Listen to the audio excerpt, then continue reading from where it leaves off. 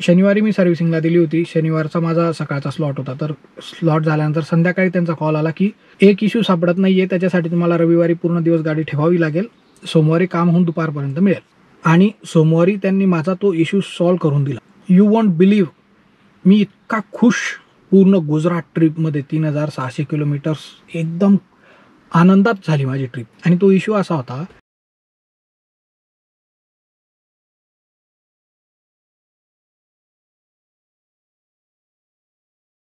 Hello friends, नमस्कार आणि स्वागत आहे तुमच्या या जबरदस्त व्हिडिओमध्ये. So today I am going to share with you all my experience of second big and free servicing of my Scorpio N. 10,000 किलोमीटरला फर्स्ट सर्व्हिसिंग होती. त्याच्या आधी 1000 किलोमीटरला गाडी घेतल्यानंतर पहिले 1000 किलोमीटर तेव्हा कॉम्प्लिमेंटरी चेकअप होतं.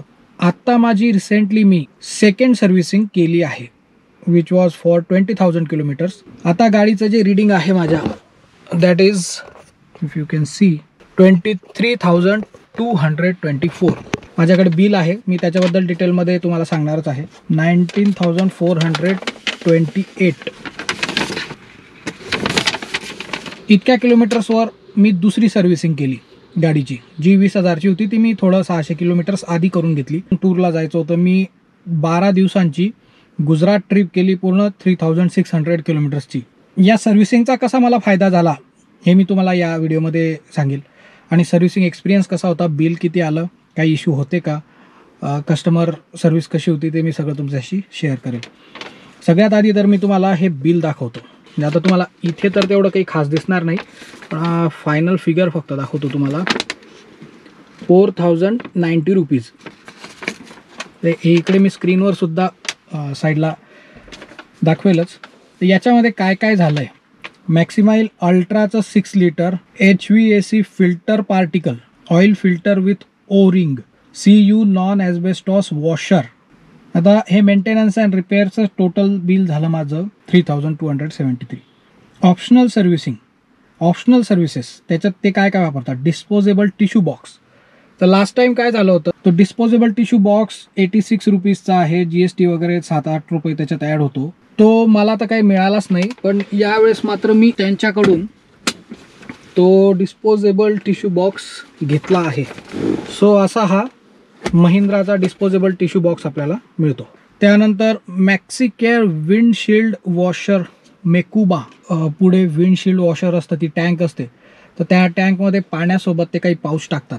ते आहे 33 रुपये प्लस 3-4 रुपये टॅक्स. आणि डिस्पोजेबल प्रोटेक्टिव्ह कवर्स. डिस्पोजेबल जे प्रोटेक्टिव्ह कवर्स असतात ते इथे डॅशबोर्डवर वगैरे टाकतात, सीट्सवर टाकतात, जेणेकरून मेकॅनिकचं असो किंवा वर्कशॉप जे पर्सन जे आहेत आपली गाडी सर्व्हिस करतायत त्यांचे हात ते ऑइली किंवा काळे डाग वगैरे सीट्सला आणि याला पडणार नाही. माझं सीट कवर्सची थीम जर तुम्ही बघाल तर थोडी लाईट कलरची आहे आणि हे वर पण हात वगैरे लागू शकतात, त्याच्यामुळे मी ते मुद्दाम घेतलं होतं. 75 रुपये प्लस 4.5-5 रुपये टॅक्स. 200 रुपयाचं हे ॲडिशनल यूज अँड थ्रो गोष्टी असतात. त्याच्यातला टिश्यू बॉक्सच आपल्याला वापस मिळाला. ओव्हरऑल बिल आला आहे 4,090 रुपये टॅक्स वगैरे मिळून. याच्यामध्ये एकच गोष्ट राहिली होती, DEF जे होतं ते 23% पर्यंत आलेलं होतं. तर मी जिथे सर्व्हिसिंग केली तिथे त्यांच्याकडे DEF अवेलेबल नव्हतं. त्यांनी मला सजेस्ट केलं की शेल पेट्रोल पंपावर जे मिळतं DEF त्यांच्याकडे, तेच तुम्ही याच्यात रिफिल करा. तेच कारण की महिंद्रा वापरतं म्हणून. तर मी त्यांच्याकडे गेलो. 500 रुपयाला 5 लिटर, तशा 3 कॅन मी घेतल्या. तेवढं पूर्ण रिफिल पूर्ण 99% करण्यासाठी तेवढं मला लागलं. 1,500 रुपयामध्ये मला 15 लिटर DEF मिळालं. जेव्हा फर्स्ट सर्व्हिसिंग केली होती 10,000 किलोमीटर्सची, तेव्हा मी महिंद्राच्या सर्व्हिस सेंटरमधूनच सर्व्हिसिंग करत असतानाच I had refilled DEF as well. तेव्हा ते थोडंसं महाग झालं होतं. तर मला असं वाटतं की एकतर ते कोणता वेगळं DEF वापरत असतील किंवा मी जे घेतलं आता यावेळेस ते वेगळं असेल. मी काही कम्पेअर केलं नाही प्राइजेस वगैरे. सो जे मिळालं ते रिकमेंड केलं होतं ते मी टाकलं. ऑनेस्टली स्पीकिंग सर्व्हिसिंग इतकी छान झाली. माझ्या गुजरातच्या टूरमध्ये गाडी अशी क्लास परफॉर्म केलं आहे गाडीने, एक number. I am completely satisfied with the servicing. आणि या 3,600 किलोमीटर्सच्या पूर्ण ट्रिपमध्ये मला गाडीने इतका चांगला ॲव्हरेज दिला आहे. This particular video is about servicing experience. So मला ॲव्हरेज किती मिळाला, कसा मिळाला, त्याचं पूर्ण कॅल्क्युलेशन, मी कसं डिझेल टाकलं, ओव्हरऑल किलोमीटर्स किती झाले, ॲव्हरेज किती रुपयाने डिझेल टाकलं, हे मी तुम्हाला सगळं एका सेपरेट व्हिडिओमध्ये सांगेल. गुजरात ट्रिपचा 3400-600 किलोमीटरच्या ट्रिपचा ओव्हरऑल माझ्या गाडीची फ्युएल इफिशियन्सी याचा व्हिडिओ. मी काही पॉईंट्स लिहून ठेवले आहेत ज्याच्या विथ रिस्पेक्ट टू मी तुम्हाला सांगतो. सगळ्यात पहिले बिल आलं माझं 4090 रुपये प्लस 1500 रुपये वर, म्हणजे समजा 4100 आणि 1500 म्हणजे 5600 रुपये. So that's okay. 10,000ची जी सर्व्हिसिंग केली होती त्याचं बिल जास्त आलं होतं. त्याचं बिल 7,000च्या आसपास आलं होतं, 7,200 की काहीतरी. आय डोंट नो त्याच्यात काय जास्त होतं किंवा जे यावेळेस नाही करावं लागलं. मला असं वाटतं की त्यांनी जे DEF टाकलं ते जरा मला महागात पडलं, महिंद्रावाल्यांनी सर्व्हिस सेंटरवर जे टाकलं ते. But it's okay. जनरली आपण असं प्रेफर करतो की एकदा गाडी गेली त्यांच्याकडे की सगळं करूनच बाहेर निघायला पाहिजे. Service centre experience 1 number. आम्ही जिथे सर्व्हिसिंग करतो, मी 2 ठिकाणी गेलो. स्वारगेटला गेलो, त्याच्यानंतर वाकडच्या इथे त्या नर्सरीच्या बाजूला इथेही गेलो, पिंपरी चिंचवडमध्ये, पुण्यामध्ये. Both the places, both service centres are very good. कस्टमरला सर्व्हिस देणे, चहा कॉफी पाणी, बसायला चांगली AC जागा, ट्रान्सपरन्सी, त्यांचा क्विक रिस्पॉन्स, सगळं प्रॉम्प्ट असतं, काही प्रॉब्लेम नाही, काही म्हणजे I am satisfied. Any fraud like thing, nothing. तुमच्या समोर आहे सगळं. माझी गाडी तिथे 1 दिवस एक्स्ट्रा राहिली होती. ती कशासाठी मी तुम्हाला सांगतो. तरी मला पूर्ण भरोसा होता, मनात काही डाऊट आला नाही. All good. Any problem faced after everything. Dashboard was not clean, oily, greasy dots. हे होतं 10,000 सर्व्हिसिंग जी होती ना, मोठी सर्व्हिसिंग पहिली, त्याच्यामध्ये होतं. डॅशबोर्ड पॉलिश केला आहे, त्याचे डाग आहेत असं त्यांनी मला जस्टिफिकेशन दिलं नंतर. पण ते पटत नव्हतं, मग मी ते सगळं स्वच्छ करून घेतलं होतं नंतर. या सर्व्हिसिंगला नो प्रॉब्लेम ॲट ऑल. सगळी गाडी क्लीन होती मधून, व्यवस्थित, काहीच टेन्शन नाही. Booking slot and overall is as early as possible तुम्ही बुक करायला पाहिजे इन ॲडव्हान्स. म्हणजे वाकडचे जे नर्सरीच्या बाजूचं जे आहे सर्व्हिस सेंटर, त्यांचे तर स्लॉट्स कधीच अवेलेबल नसतात. तुमच्या आसपासच्या लोकेशनचे सर्व्हिस सेंटर तुम्हाला त्या ॲपमध्ये दिसतीलच, तर त्याचं स्लॉट्स तुम्ही बघू शकता, त्यांची अवेलेबिलिटी. ते थोडंसं म्हणजे इन डिमांड असतील, त्यांच्याकडे गाड्यांचा इनफ्लो वगैरे जास्त आहे असं काही असेल, किंवा त्यांची रेटिंग चांगली असेल. साहजिकच आता मी का चूज करतो इथलं, कारण की ते मला सोयीस्कर आहे, माझ्यासाठी जवळ आहे. पण याच्याहीपेक्षा महत्त्वाची गोष्ट म्हणजे क्वालिटी ऑफ सर्व्हिसिंग. या गोष्टींमुळे मी त्यांना प्रेफर करतो. तर मग असंच लोकही करत असतील, त्याच्यामुळे त्यांचे स्लॉट्स ऑलरेडी बुकड असतात, ते मिळणं फार मुश्किल होऊन जातं. फॉर एक्झाम्पल 25 डिसेंबरपासून सुट्ट्या होत्या लोकांना, क्रिसमसच्या वगैरे वगैरे, इयर एंड. बऱ्याच लोकांनी माझ्यासारख्याने 23-24 पासून पुढे लॉंग टूर प्लॅन केली. आता मला मागे त्याच्या अलीकडे कधी स्लॉट मिळेल ते डिपेंड करतं. कमीत कमी 1 आठवडा आधी गाडी सर्व्हिस होऊन रेडी पाहिजे, 2-4 दिवस आधी तरी. तेव्हा कुठे तुमची ट्रिपच्या वेळेस गाडी रेडी आहे आणि तुम्ही सामान लोड कराल, डिझेल भराल आणि निघाल. हे जर चुकलं तुमचं, स्लॉट जर नाही मिळाले, तर मग मग त्याच्यानंतर त्यांच्याही सुट्ट्या असू शकतात सर्व्हिस सेंटरवाल्यांच्या. मग काय होईल. आणि तुमचा तर वॅकेशनचा जो पिरियड आहे, मुलाबाळांना तेव्हाच सुट्ट्या असतात. तुम्ही जॉबवाले असाल, तुम्हालाही तेव्हा सुट्टी असेल, तर ते सगळंच मग डिस्टर्ब होईल. तर याच्यासाठी ते स्लॉट बुकिंग आहे ना, तुम्ही इन ॲडव्हान्स 500 किलोमीटर आधीच सर्व्हिसिंग करून ठेवा, काही फरक नाही पडत. 10,000च्या वेळेसही मी 9,200ला सर्व्हिसिंग करून टाकली होती. आताही 20,000ची सर्व्हिसिंग होती, पण मी केली 19,448ला वगैरे मी करून टाकली. कारण की 21 तारखेला मला स्लॉट मिळाला, 24 तारखेला आम्ही लॉंग टूरला निघून गेलो. सो बरोबर एकदम म्हणजे लकी म्हणेल मी की तो स्लॉट मिळाला आणि मला सर्व्हिसिंग करून गाडी लगेच रेडी होती माझ्या लॉंग टूरसाठी. त्याच्यानंतर वेटिंग टाईम अननेसेसरीली जास्त नाही आहे. मी म्हणेल की जेवढा वेळ लागतो तेवढा लागतो. म्हणजे गाडी दिली की तो 1 दिवस देऊनच टाकायचा, असं मी तरी तसं फॉलो करतो. Pickup and drop. So yes, ते फोन करून विचारतात किंवा बुकिंग आपण केल्यानंतर त्यांचा फॉलोअप कॉल येतो. So if you opt for that, they will provide pickup drop. Customer service, waiting, lounge, tea, coffee, washroom. I already told you everything is very satisfactory, काहीच tension नाही. Cleanliness, car inside out cleaning, vacuum cleaning. क्लिनलीनेसमध्ये 2 गोष्टी आहेत, कारची cleaning आणि service सेंटरचा cleanliness. कारण की कार जेव्हा वर्क स्टेशनवर जाते, वर्कशॉपमध्ये, तर तुम्ही तिथे 4-5 तास बसता. मग तुम्ही लेडीजसोबत बसू शकता, सिनियर सिटीजन किंवा तुमचे किड्स असतील, ते खेळतील, इकडे तिकडे हात लावतील. तर तुम्ही ज्या बसता त्या लॉन्जमध्ये ती जागा किती स्वच्छ हे पण महत्त्वाचं आहे. सो आय थिंक दोन्ही गोष्टींमध्ये महिंद्रा सर्व्हिस सेंटर, मी जिकडे दोन्ही ठिकाणी गेलो, वॉज गुड. कारही स्वच्छ, आतून बाहेरून ऑल डन. आणि लॉन्ज सर्व्हिस सेंटर पण एकदम टकाटक क्लीन, काही प्रॉब्लेम नाही. सर्व्हिसिंग ऑफ कार, मी तर तुम्हाला ते या बिलाचं तरी सांगितलं की माझे काय फिल्टर्स चेंज झाले, इंजिन ऑइल चेंज झालं, व्हील अलाइनिंग झालं, आणि DEF रिफिल करायचं होतं, जे 23% राहिलं होतं ते त्यांच्याकडे अवेलेबल नव्हतं, मी बाहेरून टाकून घेतलं. इथे एक ॲडिशनल सर्व्हिस ते तुम्हाला रिकमेंड करतात की AC व्हेंट्स जे आहेत ते पूर्ण क्लीन करून घ्या. माझ्या मते ते 1000-1200 रुपयाचं काहीतरी ॲड ऑन आहे.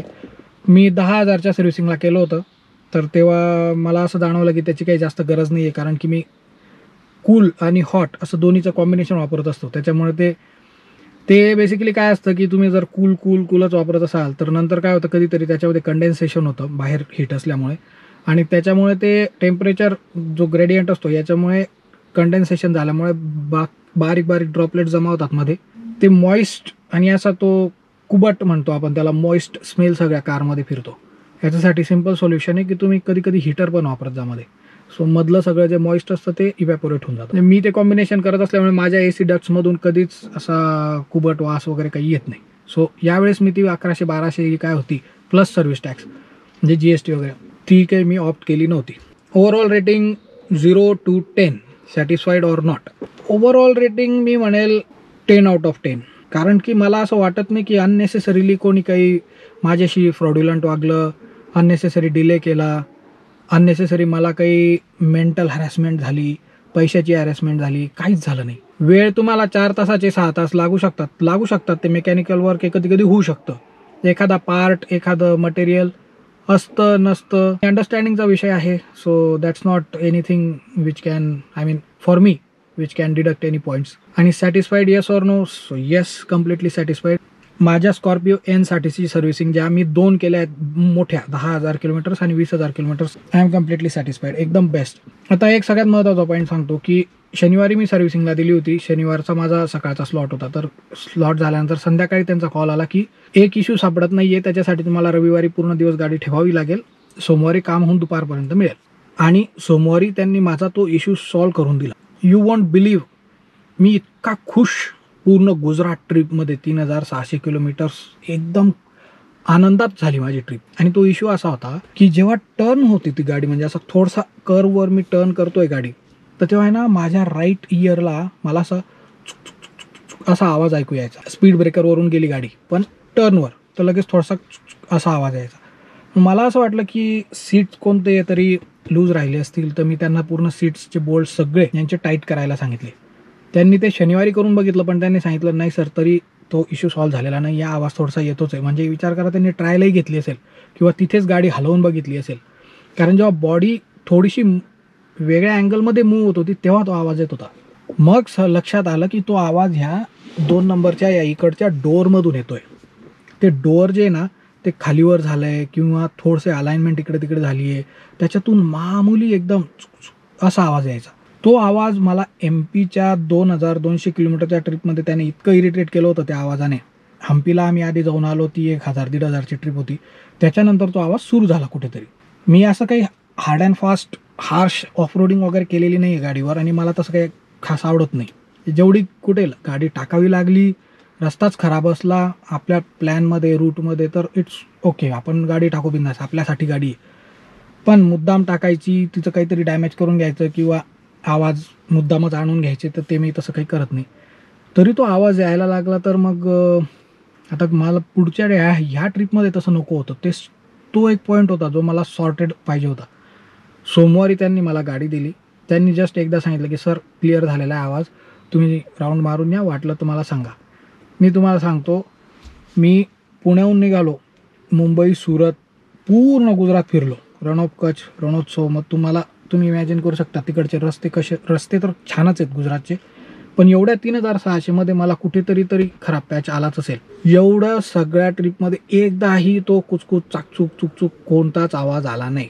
Great job. This was my experience about second servicing, 20,000 किलोमीटरची servicing of my Scorpio N in Mahindra service centre. ज्या सर्व्हिस सेंटरबद्दल मी सांगतोय ते आहे वाकडचं सह्याद्री मोटर्सचं सर्व्हिस सेंटर आहे. डीलरही चांगले आहेत, सर्व्हिस सेंटरही चांगलं आहेत, एक number. I am completely satisfied. गाडी मी घेतली होती मार्च 2024मध्ये. This month is January 2025. 11 months, 11 महिन्यामध्ये मी तिन्ही फ्री सर्व्हिसिंग करून टाकल्या आहेत. मला महिंद्रा सर्व्हिस सेंटर्सच्या 2 ठिकाणचे अनुभव आले. एक तर सह्याद्री मोटर्स वाकड, एक स्वारगेट. दोन्हीकडे अतिशय चांगली सर्व्हिसिंग, स्किल्ड आणि एक्सपर्ट मेकॅनिक मला मिळाले, कारण की रिझल्टमध्ये मला दिसलं की माझ्या ट्रिप्स चांगल्या झाल्या. आय थिंक मी बरंच काही सांगितलं आहे आता. तरी तुम्हाला महिंद्रा स्कॉर्पिओ एन किंवा ओव्हरऑल महिंद्राच्या सर्व्हिस सेंटर, सर्व्हिसिंग याच्याबद्दल काही डाऊट्स असतील, काही क्वेश्चन्स असतील तर नक्कीच let me know in the comment section. All right, so लवकरच मी ओव्हरऑल माझ्या गुजरात ट्रिपचा एक्सपिरियन्सचा व्हिडिओ तुमच्याशी शेअर करेल. If you are new here, please do subscribe and stay tune for the upcoming videos. Have a great day.